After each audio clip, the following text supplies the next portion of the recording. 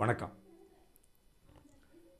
தமிழக முதல்வர் மரியாதைக்குரிய ஸ்டாலின் அவர்கள் 3 ஆண்டு காலமாக தடையில்லா மின்சாரத்தை தமிழகத்திற்கு வழங்கி வருகிறோம் அப்படின்னு பெருமையாக சொல்லியிருக்கார். இந்த வார்த்தையை முதல்வர் அவர்கள் எப்படி கொஞ்சம் கூட கூச்சமே இல்லாமல் எப்படி இதை சொல்கிறாருன்னு ஒன்றும் புரியல. தமிழகத்தில் தினந்தோறும் ஒவ்வொரு மூலை முடுக்குகளிலும் தினந்தோறும் மின்வெட்டு நடந்துக்கினே தான் இருக்குது. மாநிலம் முழுவதும் இல்லைன்னு சொல்லுங்கள். ஒரு ரெஸ்பான்ஸ் கிடையாது. ஈபிக்காரங்கக்கிட்ட ஒரு ரெஸ்பான்ஸ் கிடையாது. பவர் கட் ஆகிடுச்சுன்னா ஃபோன் பண்ணால் எந்த ஃபோனும் யாரும் எடுக்கிறது கிடையாது. மின் உதவிக்கு இந்த நம்பரு, அவசர உதவிக்கு இந்த நம்பரு, ஒரு நம்பரும் பெல் அடிக்கும் எடுக்க மாட்டாங்க, அல்லது எங்கேஜாக இருக்கும். பெல் அடிக்கும் எடுக்க மாட்டாங்க, எங்கேஜாக இருக்கும். திடீர்னாவும் இந்த நம்பர் உபயோகத்தில் இல்லை அப்படின்ட்டு வரும். எல்லா இதுலேயும் அப்படி தான் இருக்குது. இப்போ மாங்காடு, குன்றத்தூர், போரூர் இந்த பக்கம்லாம் பார்த்திங்கன்னா மணிக்கணக்கில் பவர் கட் ஆகும். அது எப்போ வேணாலும் ஆகும். காலையிலையும் ஆகும், மிட் நைட் ஆகும், சாயந்தரம் ஆகும். கேட்டால் கேபிள் பிடுங்கிச்சிங்க. அதாவது மழை காலத்தில் பவர் கட் ஆனால் கேட்டால் இதே பதில் தான், கேபிள் பிடுங்கிச்சிங்க. வெயில் காலத்தில் பவர் கட் ஆனால் இதே பதில் தான், கேபிள் பிடுங்கிச்சிங்க. இதை பண்ணிட்டு இருக்கிறாங்க. இதை செய்து இதுதான் பல ஆண்டு காலமாக. இது திமுக ஆட்சின்னு கிடையாது, எல்லார் ஆட்சியிலும் நடக்கிற கர்மம் தான் இது. அந்த ஈபியில் ஒர்க் பண்ணுற தொழிலாளிகளை நம்ம என்ன பண்ண முடியும்? அந்த ஏயோ ஏஸ் அவங்கள என்ன பண்ண முடியும் நம்ம? ஏன்னா அவங்களுக்கு தெரியாது. தரமற்ற கேபிள், தரமற்ற ஒயருங்க. தரமான ஒயரை போட்டிங்களா, தரமான கேபிளை போட்டிங்கன்னா எப்படி பிடுங்கும் அது? இல்லை, நான் கேட்குறேன், எப்படி பிடிங்கின்னு வந்துடும்? என்ன இது? அந்த டிவிஎஸ் எமரால்டுன்னு ஒரு ஃப்ளாட்ஸ் ஒன்று ஆரம்பிச்சிருக்காங்க பரணிபுத்தூரில். இதுக்கு 24 மணி நேரமும் தடையில்லா மின்சாரம் பெறுவதற்கு பல கோடி ரூபாய் கையூட்டி பெற்றுக்கொண்டு போட்ட ரோட்டை தோண்டி கேபிள் போட்டுனுக்கிறான். எங்கேருந்து?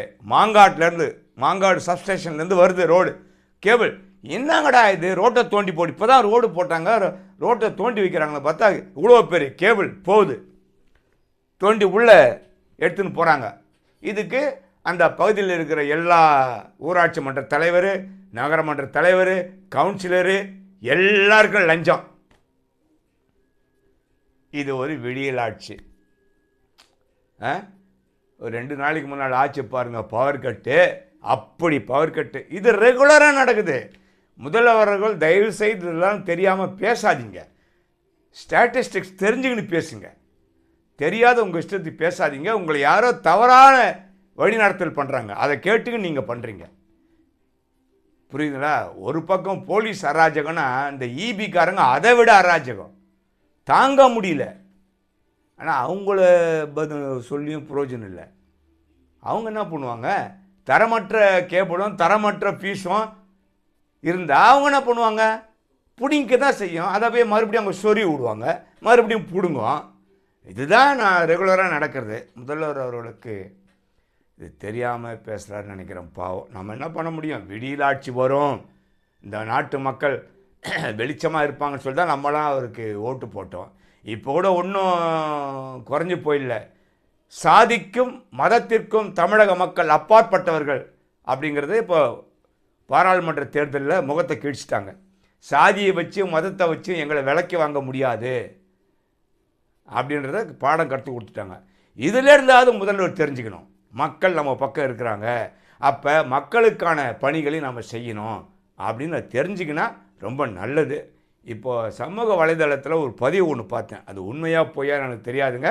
வந்த செய்தி உங்கள்கிட்ட சொல்கிறேன். முதல்வர் அலுவலகத்திலேருந்து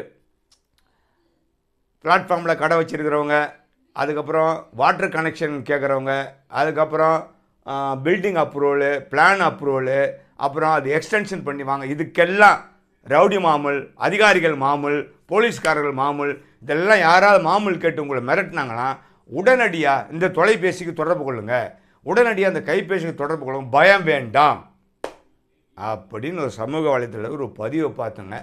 இது உண்மையாக பொய்யான்னு தெரியல. எல்லா ஃபோன் நம்பரும் கொடுத்துருக்குறாங்க. இது நினைக்கும் போது எனக்கு இதை அழுகிறதா சிரிக்கிறதான்னு தெரியல. அந்த மாதிரி நடந்துங்க வருது இந்த நாட்டில். காலங்காலமாக இருக்குதுங்க ரவுடி மாமூலம், அதிகாரி மாமூலம் காலங்காலமாக இருக்குது. இது யார் கண் துடைப்புக்கு செய்கிறாங்கன்னு தெரியல. நம்ம பொதுமக்கள் தான் லஞ்சம் கொடுக்க தயாராக இருக்கிறானே. வாட்டர் கனெக்ஷன் இவனே எடுத்து கொடுக்குறானே, இபி கனெக்ஷன் இவனே எடுத்து கொடுக்குறானே. அப்போ எப்படி இந்த லஞ்சத்தை ஒழிக்க முடியும் சொல்லுங்க? தான் தவறு செய்தால் அதை மறைக்கிறதுக்கு லஞ்சத்தை இவனே கொடுக்க தயாராக இருக்கிறான். அப்போ நம்ம எங்கேருந்து அதிகாரிகளும் ஆட்சியாளர்கள் எப்படி குற்றம் சொல்ல முடியும்? என்ன யோக்கியது இருக்குது நமக்கு சொல்கிறதுக்கு? மக்கள் திருந்தணும், குற்றம் சொல்வதற்காக அல்ல, அதுக்காக நம்ம பிறக்கலை. நீங்கள் திருந்தணும். உங்கள் காரியம் ஆகணும்னா இபிக்காரங்கிட்ட போய் காசு, ஜிஎஸ்டி ஆஃபீஸர்கிட்ட காசு, நகராட்சிக்காரங்கிட்ட காசு, எல்லாருக்கிட்டையும் காசு கொடுக்குறீங்க, அவன் வாங்கின்னு போகிறான். நம்ம தானே பண்ணுறோம் அதை. இந்த லட்சணத்தில் இப்போ இந்த மாதிரி பண்ணியிருக்காரு. 2 மாதத்துக்கு முன்னால் வடபழனியில் கசாலி அப்படிங்கிற ஒரு திரைப்பட இயக்குனர் அவர் ஆஃபீஸை அடித்து லூட் பண்ணிட்டாங்க. பல கோடி ரூபாய் மதிப்புள்ள பொருட்களை, எலக்ட்ரானிக் கூட்ஸ் எல்லாத்தையும் திருடின்னு போயிட்டானுங்க. கம்ப்ளைண்ட் கொடுத்து கொடுத்து கொடுத்து கொடுத்து அவர் கை தேஞ்சு போச்சு, கால் தேஞ்சு போச்சு. கமிஷனர்கிட்டையும் டிஜிபி கிட்டையும் இவங்களாம் என்ன ஆணியை பிடிங்கிட்டு இருக்கிறாங்க. வடபழனி போலீஸ் ஸ்டேஷன் போனால் போங்க வருவாங்க. இது சிவில் மேட்ரு. ஏங்க வீடு பூந்து ஒருத்தன் பொருளுங்களை தூக்கின்னு போகிறான், அடித்து விரட்டின்னு போகிறான், கத்தியோட ரோட்டில் நடமாடின்னு இருக்கிறான் 10 பேர். போய் போலீஸில் சொன்னால் சிவில் மேட்ரான் இது. ஏசி லட்சக்கணக்கில் லஞ்சம் வாங்கிக்கின்னு, அந்த டிசி லட்சக்கணக்கில் லஞ்சம் வாங்கிக்கின்னு, ரவுடி பசங்களும் பொறுக்கி பசங்களுக்கு சப்போர்ட் பண்ணிக்கின்னு இருக்கிற இந்த காவல்துறை வெக்கமாக இல்லை, கேவலமாக இல்லை? ஒரு ரவுடி பையனுக்கும் ஒரு பொறுக்கி பசங்கிட்டையும் காசு வாங்கிக்கின்னு பணிபுரிகிறீர்களே, உங்களுக்கு வெட்கமாக இல்லையா? இப்படி ஒரு பணம் வாங்கி பொழப்பு நடத்துகிறோமா நீங்களா? இதுக்கடையில் இந்த மாதிரி ஒரு அறிவிப்பு. அப்போ அந்த கசாலி அப்படிங்கிறது இந்த நம்பரை பார்க்கலன்னு நினைக்கிறேன். நான் இப்போ அனுப்ப போகிறேன் அவருக்கு. போங்க, சிஎம்கிட்ட டைரெக்டாக நம்பர் கொடுத்துக்குறாங்க, சிஎம்கிட்டே பேசுங்க. சிஎம் செல்லுக்கு நம்பர் இருக்குது. எப்படி பண்ணுறாங்க பார்க்கலாம். போலீஸ்காரங்களுடைய முகத்தேறி கிழிக்கிறாங்களா இல்லை நம்மளை போட்டு கிழிக்கிறாங்களான்னு பார்க்கலாம். இந்த மாதிரி அவ்வளோ நடந்துருக்கு நாட்டில். கேவலம், சொல்கிறதுக்கு வெக்கக்கேடு. ஓட்டு போட்டுறதுக்காக நாங்களாம் வெக்கப்பட்டு தலை குனிஞ்சிட்ருக்குறோம். அக்கம் பக்கம்லாம் காரி துப்புறாங்க என் மூஞ்சில். சொன்னியப்பா, நீ தானப்பா சொன்ன யூடியூப்பில் விடியல் அரசு வரப்போகிறதுன்னு எவ்வளோ கேவலமாக இருக்குது பாரு. என்னை காரி துப்புறாங்க எல்லாரும். ஸ்டாலின் ஐயா மேலே அவ்வளோ மரியாதை வச்சு நம்ம ஓட்டு போட்டதுக்கு இப்படி ஒரு நிலைமை ஒவ்வொருத்தருக்கும். என்ன பண்ணுறது? இது போன்ற அட்டுழியங்கள், இது போன்ற களவாணித்தனங்கள், இது போன்ற அராஜகங்கள் இந்த நாட்டை விட்டு போகவே போகாது. நம்ம திருந்தணும். மீண்டும் ஒரு காணொளி காட்சியில் உங்களை சந்திக்கின்றேன். நன்றி, வணக்கம்.